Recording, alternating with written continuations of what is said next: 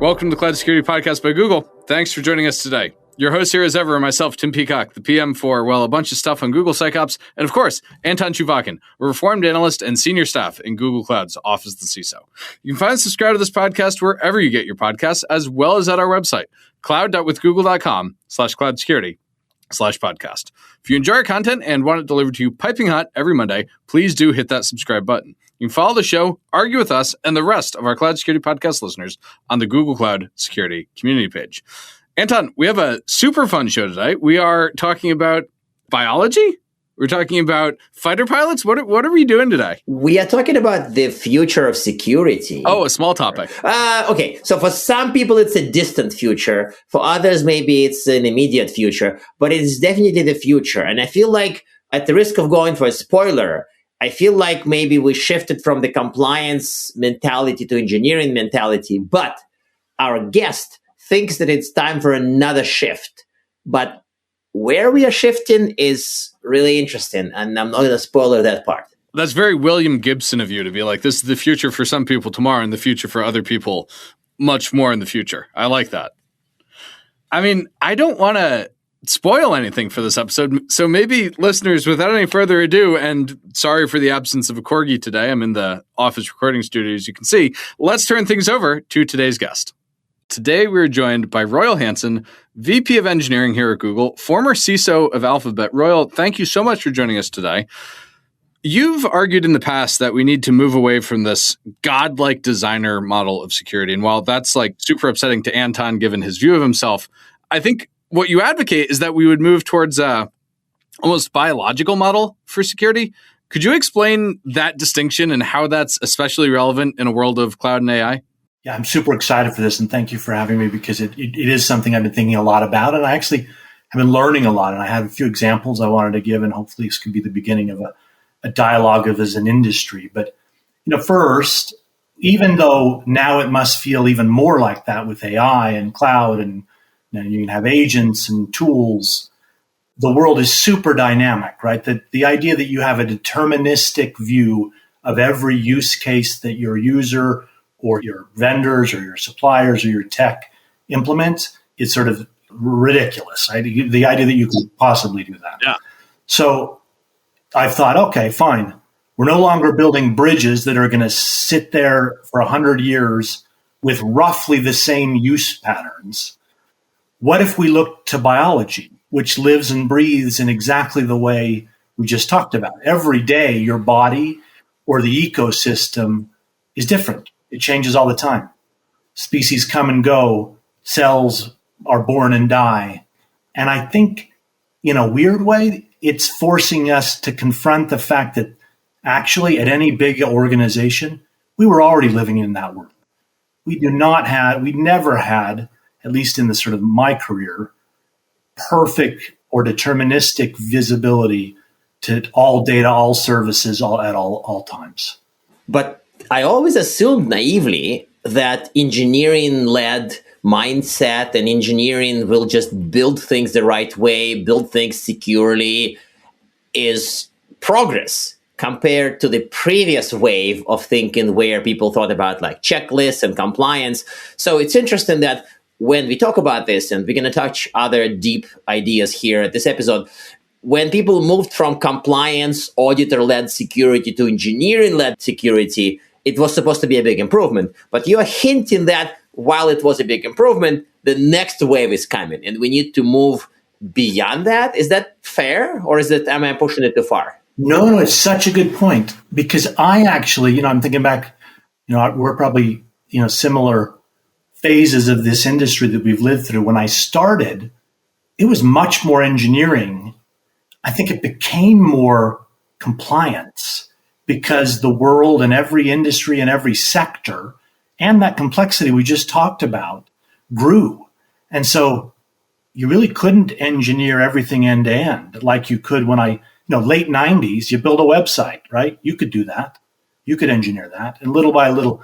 So I think you make a good point. I think it became more compliance and checklist heavy as a second phase. And now we're back to where, to your point, we need it to be engineering. Like, don't get me wrong.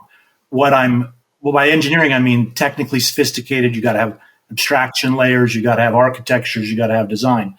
But I don't think you can think of the entire system as a one. You think of it as many interrelated or interactive subsystems. So think about one example. Let's just get started with is that in an ecosystem, ecologically, there are vultures, and you always think, okay, what do these vultures draw, right? But the truth is, the vulture, when it goes and eats the dead bodies that are become loaded with bacteria, they're like massive cleaning engines. Yep. They don't care about the rest of the ecosystem. They don't think about it, know about it, worry about it, but they eat that dead stuff.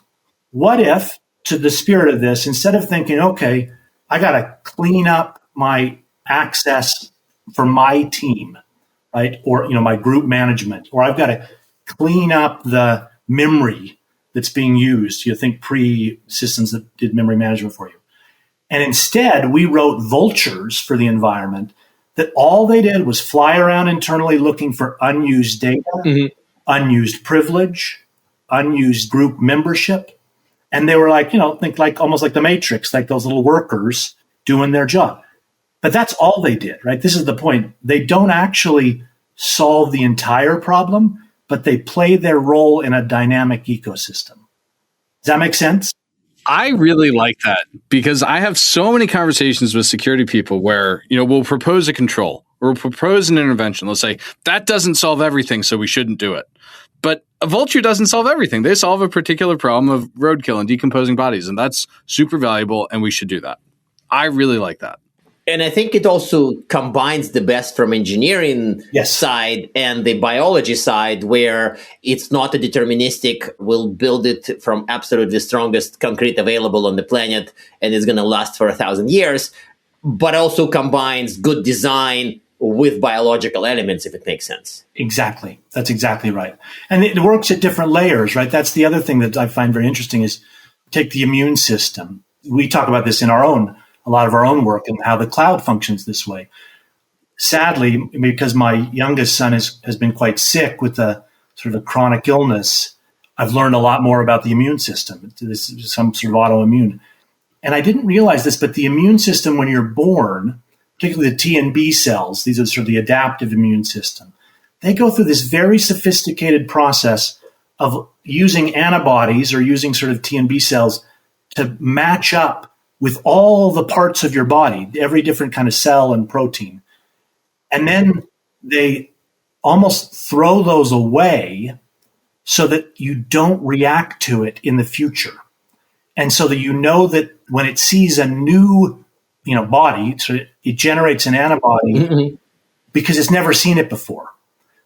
Because it knows what the body is, but it doesn't know it like in its head.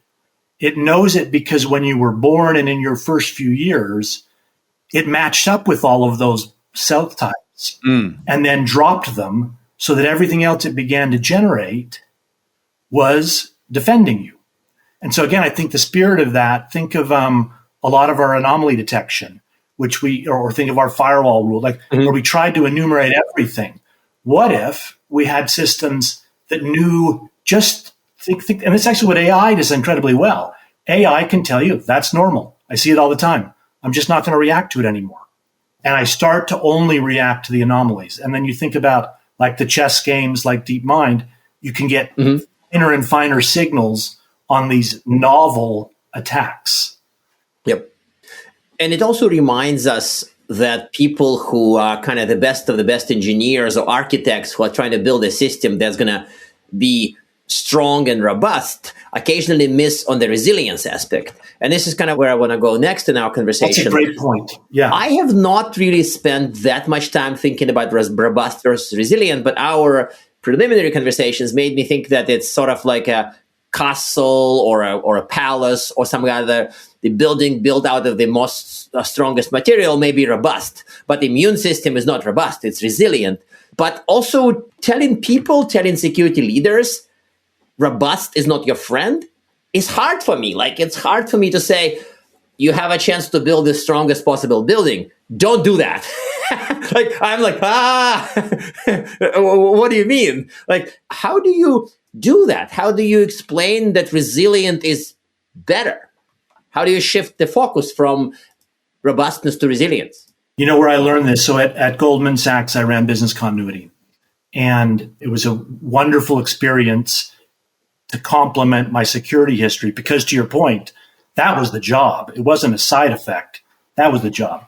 And the company realized pretty early on that resilience was going to be a commercial asset and not just a thing you pulled off, to your point, when you needed, when this scenario occurred. And so as I got to know more about the business continuity and disaster recovery fields, what I realized is you want options. And particularly when you come out of the financial services industry, you want as many options as you can, reasonably buy. Because scenarios, you know this from what's the famous saying, no plan survives contact with the enemy. That's true of security as well. And so what I want to do is that, the internet's a good example, right? The routes are almost infinite. Mm-hmm. But the same is true of access to data. Think about how much stuff we break because we over-instrument the privilege. What I need is the break glass that gets me through, even if it's in a deprecated state. So as an example, in the BCP world, we wanted to say, do I have a team outside of New York City who can do this function if the island of Manhattan were eliminated? Maybe they can't do it perfectly, but they can do it in a deprecated state. So I need the tech for that. Right? I need remote access. I need the data access to be set up. Just forces you to think not in, and even our kill chain work sometimes falls into this. We assume we can imagine every adversary's kill chain. The truth is, living off the land was a great example. People figured it out as they went. We need to do the same thing on our side. There's a bit of figuring it out as we go that needs to be true. And so AI, again, I think AI is a really great asset here. It's going to come up with ideas that we never imagined, but only if you've built the capabilities, options, capabilities. So it's not, to your point, that we're throwing away the architecture, but the architecture or the engineering is not holistic. It's modular. And so to me, that's the real key. And I think, look, Kubernetes has done a good job with this. The way we do some of the VPC work, you see it emerging. So I don't think this is it's not like nobody's thinking this way, Yep. But they're not learning from the biological examples. So for instance, blood-brain barrier, right? We talk about this all the time. What's the equivalent of that in a cloud or enterprise system? They say, I don't care whatever happens, toxins cannot cross this barrier. And I'm willing to live with an entirely different administrative system for it, but I want that to be an invariant and true.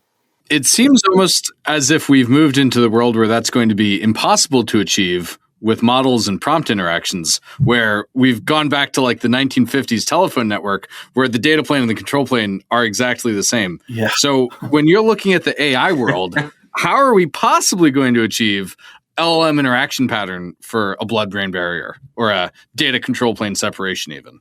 Yeah, I think this is where agents are actually more the future than the model, right? The foundational models will play their role, but to your point, the orchestration of agents, the MCP protocols by industry or function will begin to provide the kind of things you're describing. So think about financial systems. That would be one example where, double booked accounting? I'm not an accountant, but you have this sort of double entry bookkeeping. Double entry accounting. Yeah. What's the equivalent there from an agentic perspective, such that I know this agent cannot write to the secondary ledger, right?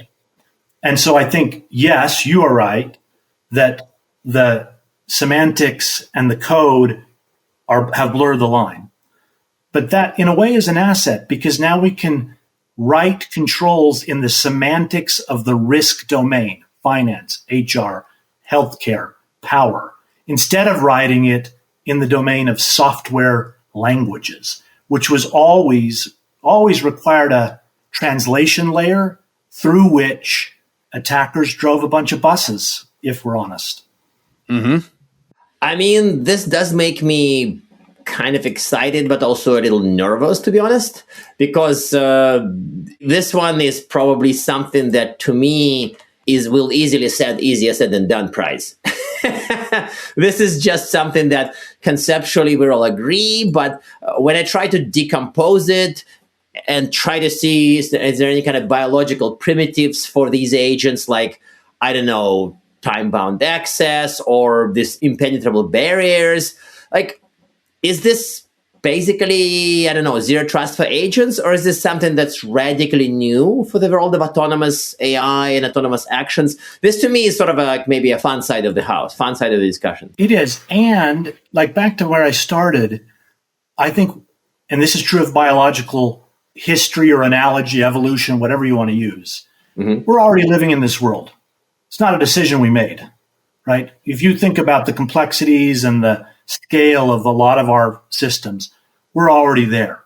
I'm just talking about beginning to use the lessons from another domain that has literally 4 billion years of experience to inform the abstractions we might use and the degree of confidence. Because there's the other thing about it. You don't need everything to be, think of your gut. It's a porous, like, it's interesting. Your skin is porous in one way. Your gut is porous in another way for different reasons. And they both provide immunological benefits, but they also have different functional requirements. And so to me, again, it's not, we're already living there, like cloud, AI, agents, everything you've talked about. But my fear is that our industry will go try and draw up in sequential fashion every use case and then deterministically, to your earlier point, figure it out. Instead of saying, what are the primary capabilities in this ecosystem that I already rely on? And what do I need to do to make them more fit for purpose, for resilience, for scalability, for all these other things? So that, I don't mean it to sound dismissive of engineering. I mean to say it's a new set of tools in the way we design things, and even to talk to each other, right? To communicate. I think it's dismissive to perfectionists, which I think we should dismiss the perfectionists. I feel like this is They'll hate that. Really, yeah, that's fine. But it's dismissive of perfectionists. Yeah. Because biology does not operate at 100 or 0% in anything. Yep. But this would trigger the auditors. Oh, go ahead, Anna. I just want to trigger the auditors myself. Sorry. I want to follow up on something you said there where, life has had 4 billion years to figure this out. We've been dealing with LLMs for barely 4 years. And so how do we do this thing which takes billions of years in the span of not billions of years? All the more reason to borrow from those quickly. And I think if you go talk to the DeepMind people, it's actually, I learned a lot of this from Demis and the team early on when I first met them. And I realized, their primary goal was science at digital speed. Yeah. So every one of their use cases was actually a biological or sort of natural science use case. So when they did AlphaFold, there's a great talk from Demis at the Institute for Advanced Studies, if people want to go look it up, and maybe we could put it in there, where he talks about how the real trick with AI is to find these invariants or large control, maybe that's like what he would say, like just constraints, and then let the thing run. That's the trick in this, is to say, I can't be deterministic and I can't have a billion constraints. What are the constraints that developed the snail or the human mind or the ocean? And then inside of those constraints, the blast radius was contained. Things quickly failed or they succeeded and they evolved. So to me, that's the idea, is in all of it, like financial systems, in cloud systems, in healthcare systems, what are these macro constraints inside of which, to your point, we can let these agents and these AI models kind of make mistakes. Yeah. But give them the right reward functions and go and death. I would be ashamed not to talk about this, but one thing that we in engineering didn't ever have was death. Yeah, there's no apoptosis here. Exactly. So it's a super important part of the health of a body or an ecosystem. Startups have that. Startups do have Startups that. have At a more macro level, you're right. But our technical systems, look at all that legacy. Very rarely. Like think of our legacy systems as a diseased tissue or a diseased plant type that is ruining the ecosystem. That's true. Yeah, you're not wrong. So I still want to go to the auditor triggering question. Yep. And I feel like where we started is that the compliance mentality, paper, checklist, big square boxes, big red pencil, checking the boxes, sort of from before the engineering world, at least to me, is from before, is still alive. And some of this biological, deterministic, indeterministic, can't have 0, can't have 100, is probably immensely triggering to them. I mean, I'm not an auditor. I've made many auditor jokes over the years, probably too many.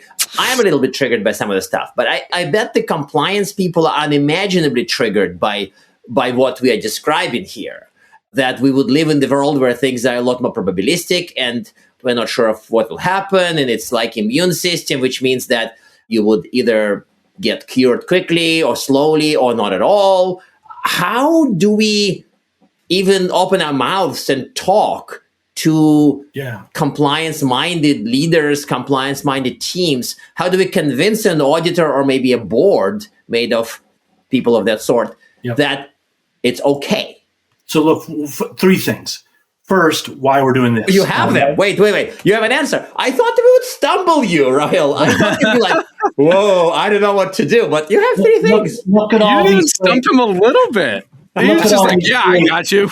Look at all these gray hairs, Anton. This is not my first rodeo, right? So, first, and this is why we're talking, and I love what you guys do because the narrative is important. You can't take for granted what you've just talked about, and so we need examples. We need a narrative, but a narrative can be very powerful, actually more powerful. So my argument would be, as we build momentum with this narrative, actually people are going to come up with stuff that we didn't have any idea about, and they will do it better.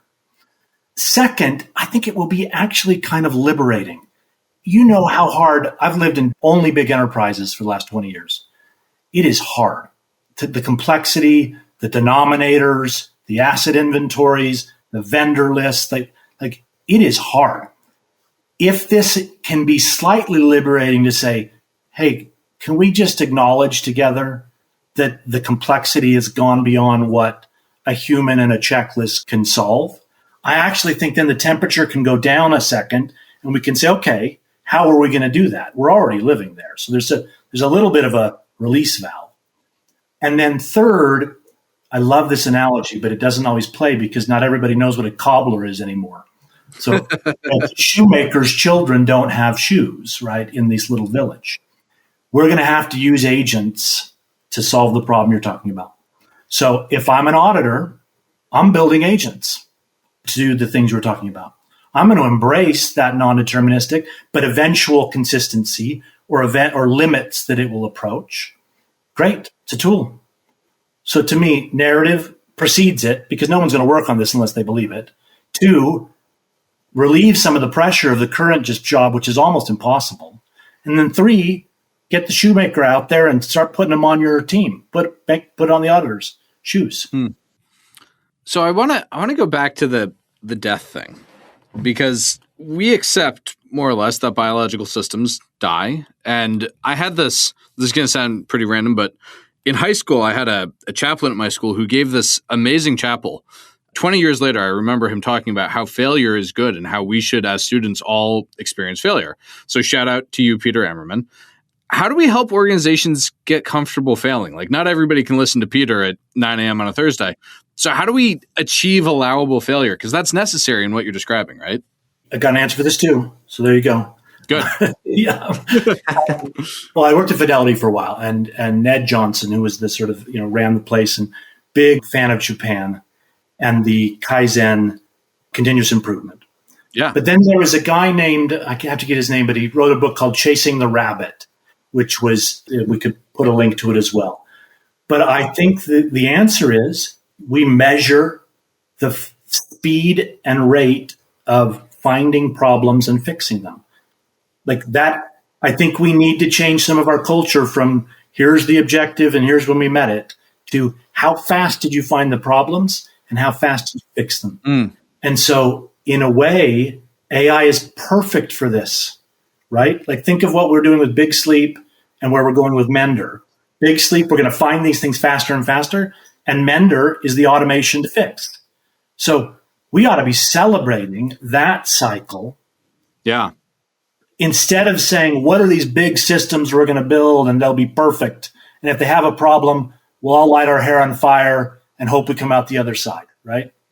So this is really about shifting our goaling from like how many airplanes did we build to how quickly did we make our OODA loops faster? Not just did we have an OODA loop, but are we making them faster over time? Exactly. Yeah. Celebrate it. Measure it. Yeah. Talk about it. I want to stick, maybe I am old. I don't know. It's a weird way to start. Maybe I'm old compared to Tim. Fine. Okay. So before Tim goes to the closing question, I want to try to do the devil's advocate on behalf of those, I'm not going to say pesky auditors or people who stick to firm answers to questions that are difficult to answer. So if people observe the signs of this new world you're describing, observe successful companies move to this more biological approach, to less determinism, and they still insist on certainty. Like, is there one argument I would make? What if that person is my CEO, my CIO, my Uber boss, whatever? Then is there one argument I can make to him or her that, hey, I get your desire for certainty, but this, like, what would this be? The one example I use, because it comes from my history, I suspect we can find it in biology or others, but just because I lived so much time in financial services, I spent time in the credit card business for a little bit. And I learned that you can make your fraud rate too low. Yes. And I realized that people got beat up for the fraud rate being too low. And to your point, Anton, fraud is a big deal in financial services. We're not talking about like some sort of corner case. Credit card companies live and breathe. They exist because they get that rate right. Yeah. And too little is actually a sign that you're missing the market. You're not doing the right things. So to me, that's just like, because I actually think we have a harder time, to your point, Anton, convincing people that correctness of code is actually an existential problem for a company. Plenty of companies without correct code that do perfectly well. I'm not suggesting we shouldn't have good code, but there are no banks who miss the range of their fraud rate. They go out of business, to your death point. So I'm sure there are other examples, but that's my sort of tried and true one. I really like that because you can bring that back to the biology metaphors you're making earlier and say there's a correct rate for genetic mutation, which is non-zero. Right. If you don't mutate, you will not evolve. Nothing. That's right. That's exactly right. Yeah. Okay, Royal, I can't say how much I've enjoyed this conversation. We've been all over the place from like cellular biology to evolutionary biology to fraud rates. And this is a blast. We could go on for hours, but I have to close the show. And so I have to ask our traditional closing questions. One, do you have a recommended tip to help people reimagine security and start on this journey? And then two, aside from all the resources you've mentioned already, do you have recommended reading for people? Yes. Oh, gosh. Okay, so first. Wait, I asked a stumper, Anton. See that? Okay. I asked the easy question. I just have to get the link to the book. There's a wonderful book to read. Yeah. And we could put it in the link. So, but first I take very seriously Anton's questions about how we're going to get people over the hump here. And the only way is by playing with, experimenting, and being users. We are so busy doing our job.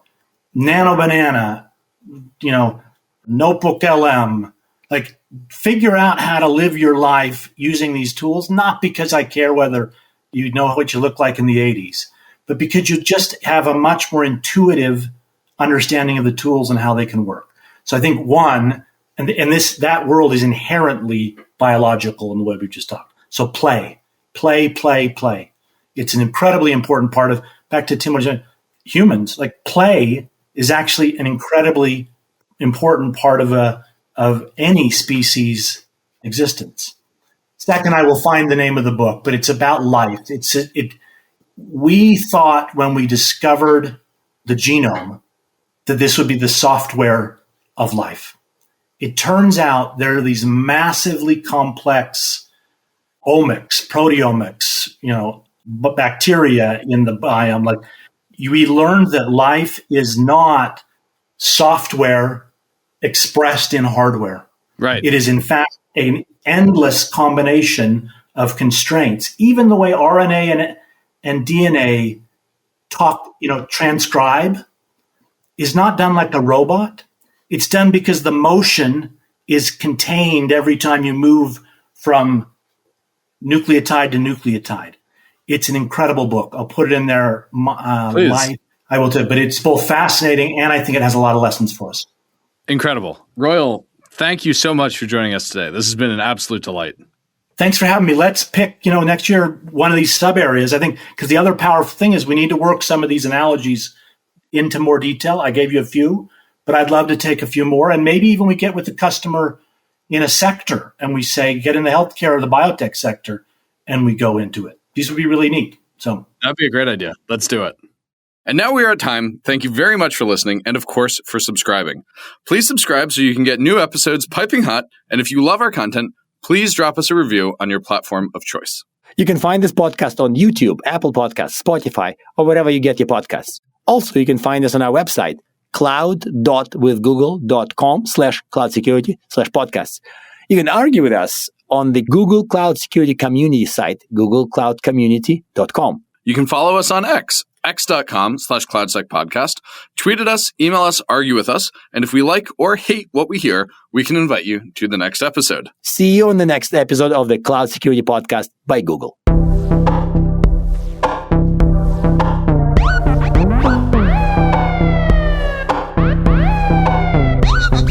Security.